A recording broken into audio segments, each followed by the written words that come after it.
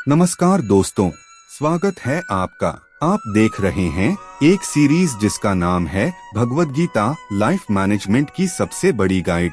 पिछले सप्ताह हमने भगवद गीता के अध्याय 11 और 12 का सार जाना था। इस वीडियो में हम अध्याय 13 और अध्याय 14 के बारे में बात करेंगे। तो चलिए हम शुरू करते हैं भगवद गीता के अध्याय 13 से। अध्याय 13 क्षेत्रज्ञ योग, शरीर और आत्मा का ज्ञान।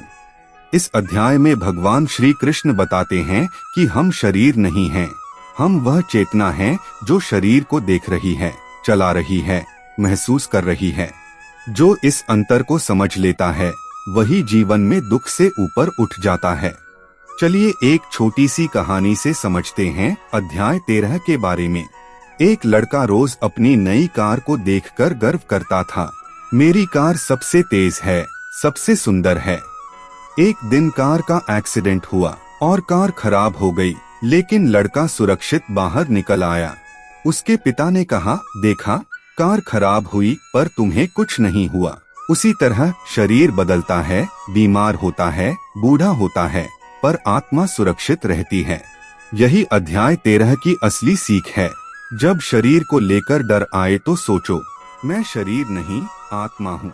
अपमान, उम्र, बीमारी से मन दुखी हो तो याद रखो ये शरीर के अनुभव हैं, आत्मा के नहीं।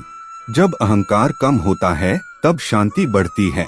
तो ये था भगवद गीता का अध्याय 13 का सार। अब आइए जानते हैं भगवद गीता के अध्याय 14 का सरल, प्रेरणादायक और कहानी के रूप में सार।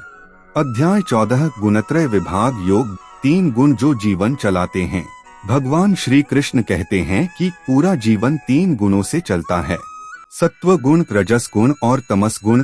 सत्व गुण का मतलब है शांति, ज्ञान, संतुलन, और रजस गुण इच्छा, दौड़, तनाव है, और तमस गुण का मतलब आलस्य, भ्रम, नकारात्मकता है।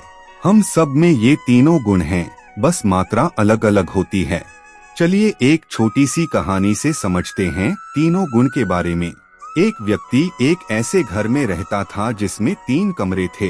पहला कमरा बहुत साफ, उजला, शांत था। दूसरे कमरे में टीवी, फोन, बहुत शोर और भागदौड़ थी। और तीसरे कमरे में बहुत अंधेरा, गंदगी और नींद थी।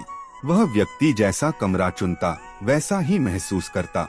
वैसे ही तुम जिस गुण में रहोगे वही तुम्हारा जीवन बनेगा। अगर जीवन में आलस्य और नकारात्मकता आए तो वो तमस है। बहुत भागदौड़ और बेचैनी हो तो वो रजस है।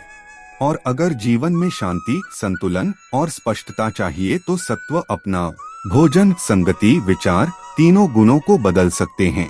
लक्ष्य सिर्फ सत्व में रहना नहीं, तीनों से ऊपर उठ जाना है। अध्याय 14 हमें बताता है कि गुण हमें बांधते हैं, ज्ञान हमें उनसे मुक्त करता है। धन्यवाद दोस्तों, ये था भगवद गीता के अध्याय 13 और अध्याय 14 का सार। अब हम मिलेंगे अपने नए वीडियो में जिसमें हम जानेंगे भगवद गीता के अध्याय 15 और अध्याय 16 के बारे में। राधे राधे।